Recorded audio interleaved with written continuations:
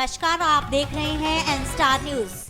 नालागढ़ में भारतीय जनता पार्टी के जिला अध्यक्ष आशुतोष वैद्य ने नालागढ़ रोपड़ मार्ग पर निजी होटल में प्रेस कॉन्फ्रेंस की। क्षेत्र जिसमें बड़ी संख्या में ट्रांसपोर्टर भाई हैं, यह हमारी आर्थिकी की रीढ़ की हड्डी इसको ट्रक यूनियन को हम समझ सकते हैं। इस रोजगार से अपरोक्ष परोक्ष रूप से बहुत से लोग हमारे जुड़े हुए हैं। नालागढ़ ट्रक यूनियन जिससे लगभग 2 लाख लोग इस यूनियन से लाभान्वित होते हैं किसी न किसी तरीके से। हर घर में ये व्यवसाय है, ट्रक उद्योग से लोग जुड़े हुए हैं। मेरा इतना ही कहना है कि आदरणीय उच्च न्यायालय का जो हमें उन्होंने जो अभी फैसला दिया है, उसके ऊपर भारतीय जनता पार्टी का जो विधि विभाग है वो पूरी तत्परता से उसकी चिंता कर रहा है कि किस प्रकार से उद्योगपतियों के हित, इंडस्ट्रीज के हित और हमारे जो ट्रांसपोर्टर्स के हित है वो किस तरह से बचाए जा सके और दोनों संवाद की स्थिति में आए, क्योंकि दोनों एक दूसरे के पूरक हैं। ट्रक और माल ढुलाई दोनों एक दूसरे से जुड़े हुए हैं। इंडस्ट्री एसोसिएशन के साथ लगातार हमारा जो एडमिनिस्ट्रेशन है, हमारे जो यूनियन के जो पदाधिकारी है वो संवाद में हैं। आज मुझे तो गर्व है कि हमारे भारतीय जनता पार्टी के हमारे जो जिला में पदाधिकारी है, कार्यकारिणी के सदस्य हैं और हमारे इस उद्योग से बहुत से लोग हमारे जुड़े हुए हैं और निरंतर भारतीय जनता पार्टी सरकार हमारी इस बारे में विषय में चिंता कर रही है। माननीय उच्च न्यायालय का जो निर्णय है उसका सम्मान करते हुए किस प्रकार से हम अपने जो ट्रांसपोर्टर भाई है उनके हितों को किस प्रकार से बचाएं, इसके लिए हम चिंतित हैं। जैसा कि नालागढ़ ट्रक यूनियन अपने आप में बहुत बड़ी एक कोऑपरेटिव एक्ट में रजिस्टर्ड बहुत बड़ी एक कोऑपरेटिव सोसाइटी है।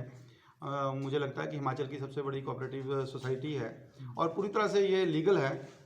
कहीं संवादहीनता है, कहीं संवाद की कहीं कमी है, उसकी हम चिंता कर रहे हैं, सभी लोग चिंता कर रहे हैं और पूरा हमारा समाज चिंतित है। और हम हर तरह से भारतीय जनता पार्टी जिला सोलन, भारतीय जनता पार्टी हिमाचल प्रदेश पूरी तरह से ट्रक यूनियन के साथ कंधे के साथ कंधा मिलाकर खड़ा हुआ है और हम उनकी चिंता में चिंतित हैं किस प्रकार से इनमें संवाद स्थापित हो सके ताकि हम दोनों तरफ के जो हित है उनको बचा सकें। अच्छा सर, अगर नालागढ़ भाजपा की बात करें तो अक्सर इनमें गुटबाजी देखने को नज़र आती है। क्या आज वाले पंचायत जो चुनाव है इसमें गुटबाजी रहेगी या आप प्रयास करेंगे? मुझे नहीं लगता कि कोई गुटबाजी की स्थिति है। यहाँ पर कोई भी गुट नहीं है नालागढ़ में तो सीधी तौर पे भारतीय जनता पार्टी पूरी तरह से एक है। नहीं, राम शहर में एक सांसद का कार्यक्रम हुआ था, प्रदेश अध्यक्ष, उसमें आप नदारत रहे थे।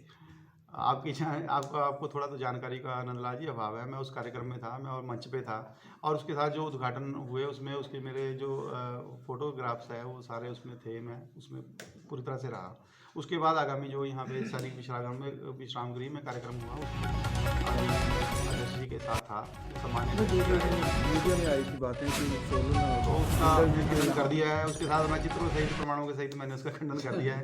पता नहीं कहाँ से इस तरह की न्यूज़ आ जाती है जो हमारे जो न्यूज़ है उसकी प्रामाणिकता पे भी थोड़ा संदेह हो जाता है। अगर कोई बात बीजेपी के नेताओं की बात करें तो उनके अक्सर स्विच ऑफ पाए जाते हैं, तो ये क्या कारण है कि जब इनसे कांटेक्ट करते हैं तो स्विच ऑफ है, ना ही उठाना है, ये क्या रीज़न है? ये व्यक्तिगत स्तर पे हो सकता है, किसी नेता के साथ आपको ऐसी कुछ नजराजी नहीं, हमने आपसे भी कई बार कांटेक्ट किए है, कई बार आपका भी यही रिस्पॉन्स आया।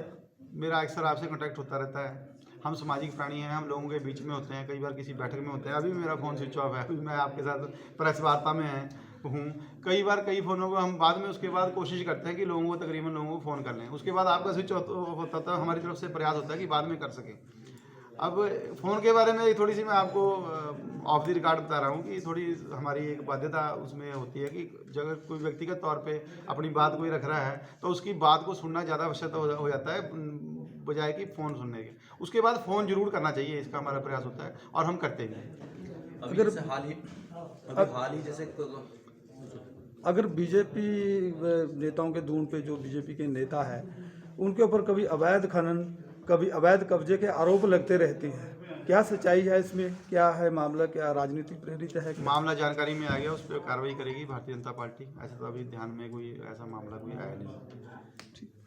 हाल ही में जैसे कोरोना चल रहा है जैसे आप बोल रहे हैं मैं मोदी किट डिस्ट्रीब्यूट की आपने, वो भी ऐसे कंटिन्यू चल रही है कि वो अभी कैसे? जितने दिन कंप्लीट लॉकडाउन हुआ था 3 महीने, उसमें भारतीय जनता पार्टी ने जो लोग वंचित थे, जिनके पास अभाव था और जो रोज़मर्रा कमा के खाने वाले लोग थे, उनकी चिंता करना भारतीय जनता पार्टी ने उसके प्रति जो प्रयत्न वो चल रहा था अभी कंटिन्यू है कि वो कैसे? अभी कहीं आवश्यकता होती है तो अभी भी भारतीय जनता पार्टी के कार्यकर्ता सजग हैं पूरी तरह से। जहाँ से कोई रिक्वायरमेंट आती है उसको पूरा करने का हम प्रयास करते हैं। अभी जैसे अभी समय चल रहा है कोरोना का, भी आपने देखा होगा कि जो लोगों में एक डर था वो कि नहीं मास्क पहनना जरूरी है, वो शायद उसमें थोड़ा सा अभी मेरे को लग रहा है कि ऐसा मतलब जो समाज है वो थोड़ा सा मास्क लेके नहीं चल रहा, या रश में ऐसा रहता है, भीड़ में भी ऐसा ही है सब कुछ। इसके लिए भारतीय जनता पार्टी कार्यकर्ता अब आज जो ये प्रेस कॉन्फ्रेंस हमने रखी है इसी विषय को लेकर जो महत्वपूर्ण है, ताकि लोगों में जागरूकता को बढ़ाया जा सके जी। उसके लिए भारतीय जनता पार्टी पूरे प्रदेश में एक ड्राइव भी चलाने वाली है। सर, कल मंत्रिमंडल के जो बैठक हुई है उसमें एक अहम फैसला लिया गया था कि कोई भी मतलब मीटिंग या कोई भी तरह का उद्घाटन नहीं होगा सर, तो आज की ये प्रेस कॉन्फ्रेंस रखना क्या अनिवार्य था? इसको भी वर्चुअली तौर पे भी करा जा सकता था? उसमें ऐसा है कि उसमें 50 लोगों की तय सीमा, 50 लोगों के बीच बैठकर हम कानूनी बाध्यता में उसको तहसीलदार साहब को अपने एडमिनिस्ट्रेशन को सूचना करके तो कर सकते हैं। अब हमारे पास संवाद का सबसे सफल माध्यम कोई है तो मीडिया है। हम अपनी बात कैसे लेके जाएंगे? आपके द्वारा ही हम पहुंचा सकते हैं। आपके बीच में हम हैं, आपके बीच में तो किसी भी परिस्थिति में हम आएंगे, और मुझे लगता है कि मीडिया सबसे एक महत्वपूर्ण माध्यम है अपनी बात दूसरे तक पहुंचाने का।